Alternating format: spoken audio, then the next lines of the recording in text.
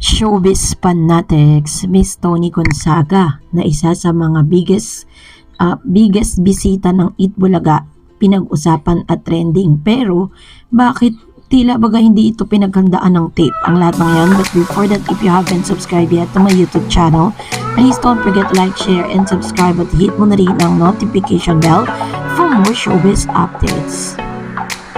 Bago tayo mag-umpisa sa ating updates for today's video, nais ko po muna magpasalamat sa lahat po ng mga legit viewers, subscribers, and legit lover cards po natin na patuloy na nanonood at sumusubaybay sa lahat ng ating mga updates. Maraming salamat po. And for today's video, ito na nga dahil number 2 spot itong si Miss Tony Gonzaga na pinag-usapan po sa Twitter. Number 1 si Miss Vice Ganda, pangalawa si Tony, pangatlo si Ayon Perez, at pang-apat si Maine Mendoza. At pinag-usapan din sa panglimang spot ang Quezon Province, no?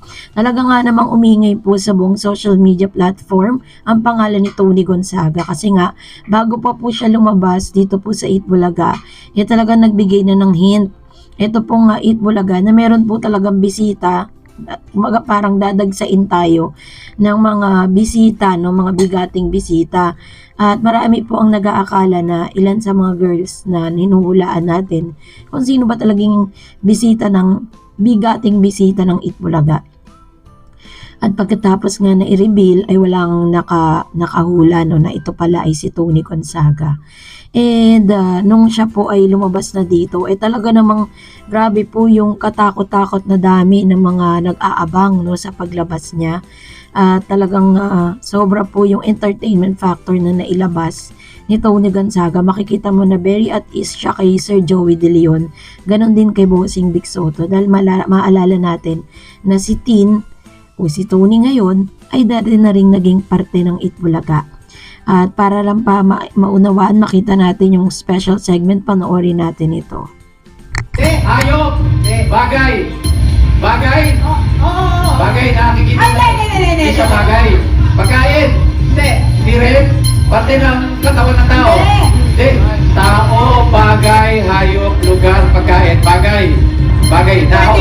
Non-living thing. Pwede. Non-living thing. Hindi pwede. Hindi. Hindi to buhay. Huwag may English kasi non-living thing. Sorry. Hindi ginagamit ng tao. Hindi ginagamit ng tao. O pass. Tao. Bag.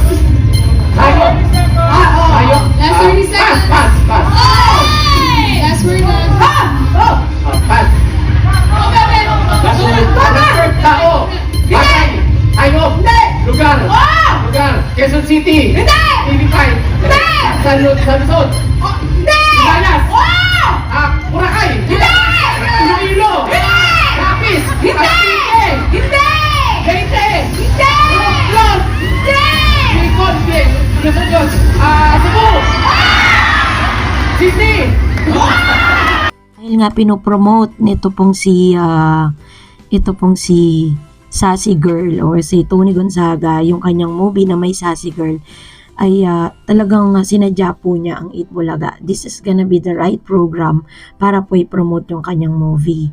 Napagbigyan naman po siya para po maging isa sa mga guests dito po sa nasabing show. Kaya naman ikayatin natin ang buong pamilya natin na panoorin at suportahan itong may Sassy Girl ni Miss Tony.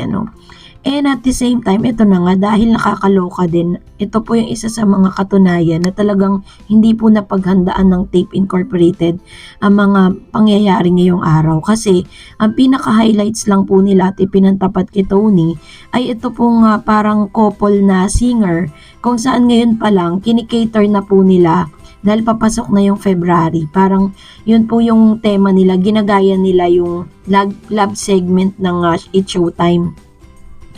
Yung love segment po ng It's Showtime, lagi po nagte-trending yun. Pero yung kanila po kasi hindi talaga mapag-usapan kasi parang love duet po sila lahat. Ito po yung pinantapat nila. Ito yung pinaka-highlights kasi nila ngayong araw. Hindi sila naghanda. Diba dapat pag Saturday na episode, talagang bubusugin mo yung mga manonood kasi dyan po talaga maraming advertisement at marami pong nanonood. Pero yan lang ang inihanda nila. Kaya talagang talong-talo sila online maging sa Free TV. So, dahil dyan, magbasa tayo ng ilan sa mga komento po ninyo patungkol sa ating last update. Narito po ang ilan sa mga komento. Unahin natin ang comment mula kay Miss Lipster Fernandez. Gusto ng bata yan. Ayaw naman nila panoorin at yung mga batang host nila walang alam naman. True. Wala pa po silang umagawa, kulang pa sila sa experience para masabi mo talaga na nag-explore sila dun sa ginagawa nila, diba? Sabi nila gusto nila ng Gen Z, pero wala naman silang Gen Z na mga viewers, no? So nagkakamali talaga sila dun. Sabi naman ni Juan Colyat, DBJ is it Bulaga. And then sabi naman ni Andrena Mani, wala yan Cisco, hindi yan mananalo sa senador. True. Dahil, ewan ko saan po nila ginukuha yung survey. Bakit po? Base po sa Pulse survey daw. Ay nangunguna at isa sa mga lead senator itong Cisco.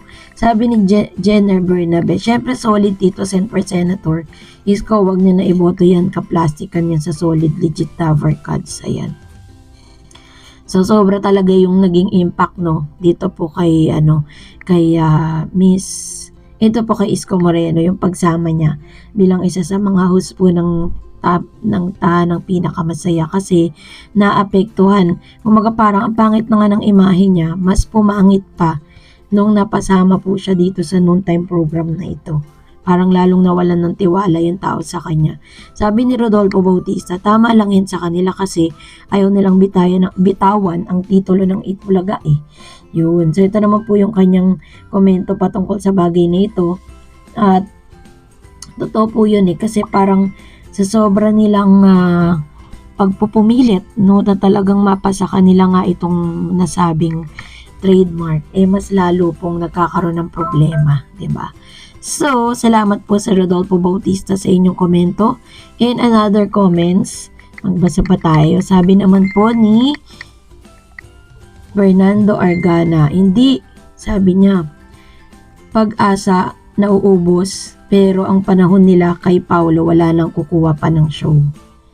Sa TV, ubos din siya. Ayun. So, ito naman po yung kanyang komento patungkol sa bagay na yan. Salamat po sa inyo pong komento. And of course, syempre, sabi, totoo po yan, ang pag-asa nila ay nauubos, 'di ba? Pero yung pera nila at panahon nila kay Paulo, wala nang nakukuha na show. 'Di ba? Totoo po yan, tama yun. Dahil grabe na po yung yung mga nakikita nating mga bagay ngayon, talagang masasabi mo na hindi maganda. And that's it for today. For more videos and updates, please don't forget to like and subscribe. And please don't forget to follow my Facebook page, Dark Edge TV. God bless everyone. See you on my next vlog.